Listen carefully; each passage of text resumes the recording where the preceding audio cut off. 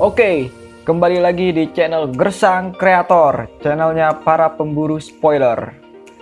Kali ini kita akan mereview film The Mummy yang berjudul Tomb of the Dragon Emperor.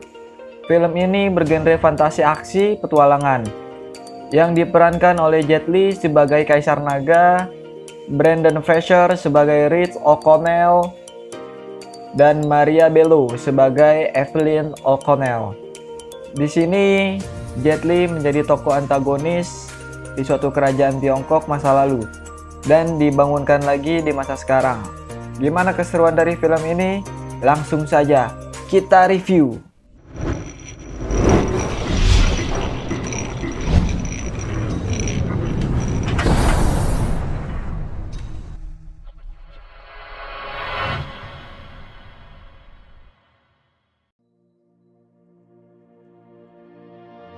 Baik, di awal cerita langsung diperlihatkan dataran Cina pada masa lalu. Terlihat sang kaisar sedang merencanakan strategi untuk berperang.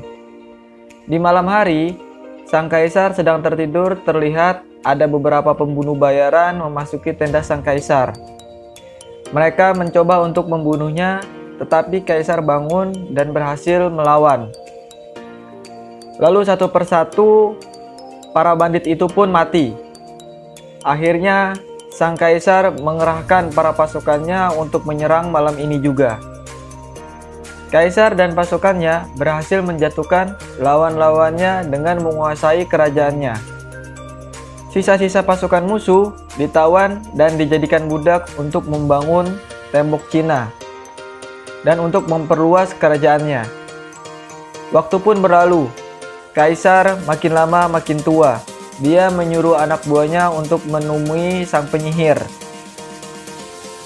Lalu penyihir itu pun dibawa untuk menemui sang kaisar. Sang kaisar yang makin tua pun terobsesi menjadi abadi, hidup kekal selamanya. Sang penyihir pun memberitahu kaisar cara untuk hidup kekal. Lalu sang penyihir dan jenderal pergi ke perpustakaan di perbatasan untuk mencari kitab. Mereka mencari kitab tulang ramalan yang sudah lama hilang.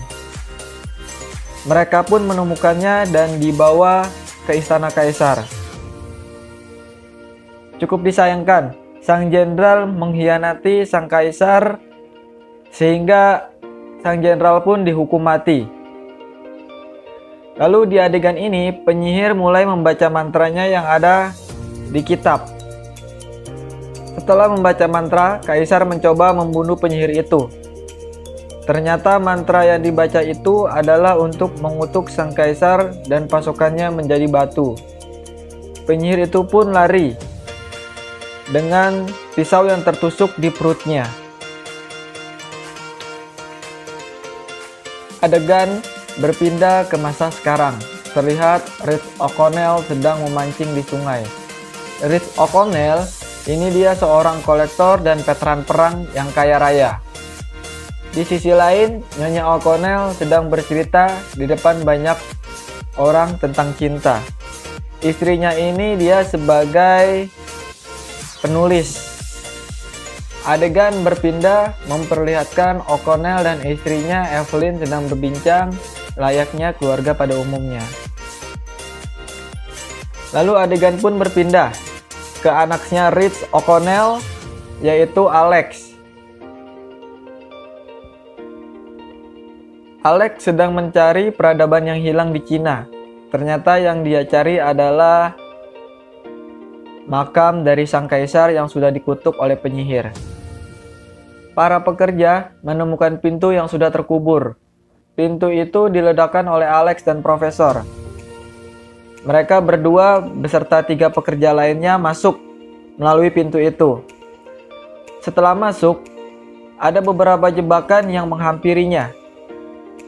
Mereka berhasil lolos dari jebakan itu. Lalu mereka masuk lebih dalam lagi dan melihat batu-batu yang berbentuk manusia yang sedang berbaris. Ternyata batu-batu itu para prajurit yang dikutuk bersama sang kaisar. Lalu ada 5 orang masuk ke dalam dan hanya 2 yang tersisa, yaitu Alex dan Profesor. 3-nya lagi tewas akibat terkena jebakan. Mereka berdua melanjutkan perjalanan dan Alex menemukan sang kaisar yang sudah terkutuk. Di saat itu juga Profesor dan Alex diserang oleh wanita bertopeng. Wanita bertopeng itu terdesak dan berhasil melarikan diri. Baik, adegan berpindah ke Reed dan istrinya. Mereka ditugaskan untuk mengembalikan permata ke Shanghai, Cina. Mereka pun tiba di Cina, bertemu dengan Alex dan Jonathan. Di sini Jonathan sebagai pamannya Alex. Alex menunjukkan apa yang ditemukannya oleh orang tuanya, yaitu mumi sang kaisar, dan Profesor datang menemui Reed beserta istrinya. Mereka pun berbincang. Ternyata di sini sang jenderal datang. Dan ternyata juga Profesor mengkhianati mereka beserta Alex. Profesor dan jenderal bertujuan untuk membangunkan kembali sang kaisar dengan benda seperti telur yang dibawa oleh Reed. Alex bertemu dengan Lin. Ternyata Lin yang menyerang Alex pada saat Alex menemukan sang kaisar. Dan adegan yang tidak diinginkan pun terjadi. Sang kaisar kembali bangkit. Aksi kejar-kejaran pun terjadi. Reed dan istrinya mencoba menghentikan sang kaisar. Dengan segala cara, Alex dan Lin mencoba menghalau, tetapi mereka semua gagal. Sang kaisar berhasil melarikan diri bersama sang jenderal. Profesor pun di sini dibunuh oleh sang kaisar. Sang kaisar pergi ke Shangri-La yang terletak di pegunungan Himalaya. Dia bertujuan untuk meminum air dari kolom keabadian, setelah itu membangkitkan pasukannya. Reed dan istrinya beserta Alex dan Lin sudah mengetahui tujuan dari sang kaisar. Mereka pun pergi ke pegunungan Himalaya menggunakan pesawat kecil. Nah, pesawat ini yang dikendari oleh temannya Reed bernama Mad Dog. Mereka ingin menemukan tempat itu sebelum sang kaisar. Mereka pun telah sampai, mendaratkan pesawatnya dan beristirahat. Mereka juga berkemah di bangunan tua yang sudah runtuh di pinggir tebing. Matahari pun mulai memancarkan sinarnya dan mereka melanjutkan perjalanannya. Mereka akhirnya sampai di gerbang Shangri-La. Tidak lama mereka sampai, sang kaisar dan jenderal pun sampai. Peperangan pun terjadi antara kelompok Reed dan kelompok pasukan sang kaisar. Kelompok Reed mulai terdesak. Lin meminta bantuan dari Yeti. Mereka pun mengembalikan keadaan. Di saat itu juga sang kaisar masuk, mulai menaiki menara dan berhasil menemukan jalan ke kolom keabadian. Di sini juga terlihat Reed tertusuk pedang sang kaisar karena menyelamatkan Alex. Jutaan kubik salju longsor menimpa mereka. Mereka semua berhasil selamat karena ditolong Yeti. Perjalanan dilanjutkan kembali dengan Reed yang terluka. Mereka berhasil menemukan kolom keabadian. Ternyata di dalam kolam ada sang penyihir yang masih hidup hingga saat ini. Lin adalah anak dari sang penyihir itu tersebut. Lin menjelaskan bahwa Alex dan orang tuanya adalah teman dari Lin. Reed yang terluka parah disembuhkan oleh penyihir itu dengan air yang ada di dalam kolom keabadian. Alex datang dan bertanya kepada penyihir, dan penyihir menjelaskan semuanya. Adegan pun berpindah. Alex menyatakan cintanya kepada Lin, lalu Lin menjawab kalau dia tidak bisa menerima cintanya Alex. Dengan alasan Lin tidak mau melihat orang yang dicintainya mati karena Lin makhluk abadi. Reed kembali pulih dan sadar, lalu Alex menemuinya untuk berbincang. Di saat Lin dan ibunya sedang berbincang, sang kaisar datang memasuki persembunyian rahasia mereka. Lalu langsung menyerangnya dengan bola api. Lin dan ibunya terluka. Sang kaisar mulai memasuki kolom keabadian itu. Setelah keluar dari kolom, sang kaisar berubah menjadi naga. yang dapat menyemburkan api. Lin dibawa oleh sang kaisar menuju kuburan.